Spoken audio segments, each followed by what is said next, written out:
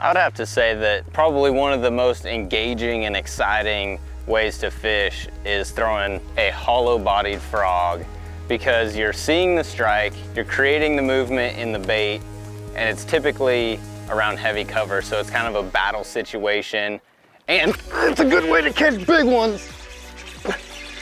And that is heavy cover, hollow body frogging right there at your finest with the Terminator Walking Frog Jr.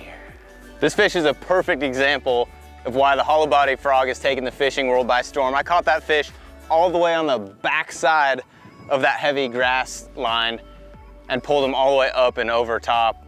So we'll get into a couple of the features of what allow us to be able to do that. The thing that makes a hollow body frog so unique is that there's really not another bait out there that can be fished the same way that it can. You know, there's a lot of baits you can fish around similar types of cover, right? You could fish around heavy cover and flip or throw a spinner bait around it, but there's really not a lot of topwater baits that you can throw around really heavy vegetation and, you know, throw it on a backside of a heavy grass wall. Really, the hollow body frog is the only option that you have for that. And there's a lot of times that those fish, especially around the spawn, right when they are on the beds or just coming off the spawn, those fish will get right under the surface, and a topwater bait is the best way to catch them. And if those fish are positioned around grass, really a hollow bodied frog, because of the way that it's designed, the way that it's built, is gonna be my go-to and the best way to catch those big bass. One of the most important things when you're fishing a hollow body frog is hookup ratio. And there's several design features that are really gonna help allow the bait to get into a fish's mouth a little bit deeper and allow those hooks to penetrate deeper. And the first thing is with this frog is the exclusive designed Vmc Frog Hook. It's specifically designed for this frog to give it a perfect fit. And the other thing you can see is how perfect the gap is in the angle of the hook, so that you're still able to get it through that extra thick cover and come out clean, but just enough gap to be able to drive the hook into those big fish. The next thing is the weight, the design of the weight, the shape, where that hook is not hitting that weight.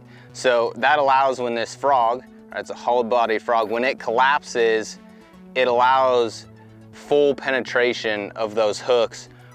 If those hooks were to hit the weight, you're not allowing that bait to fully collapse and fully get inside those fish's mouths. So that's two things that are very important when it comes to hookup ratio with a hollow body frog. Another thing you notice when you look at the backside of this frog is this little hole that is between the legs, and that allows a couple things.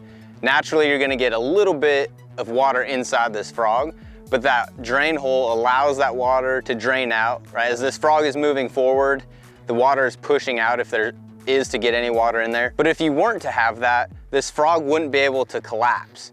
It would be too tight, the air would be stuck in there, and that frog wouldn't be able to collapse easily for those fish to be able to get a hold of it. So that drain hole is very important to, one, allow the water to exit if any does get in through the legs or whatever it may be, and especially to actually allow that frog to be able to collapse to hook those fish.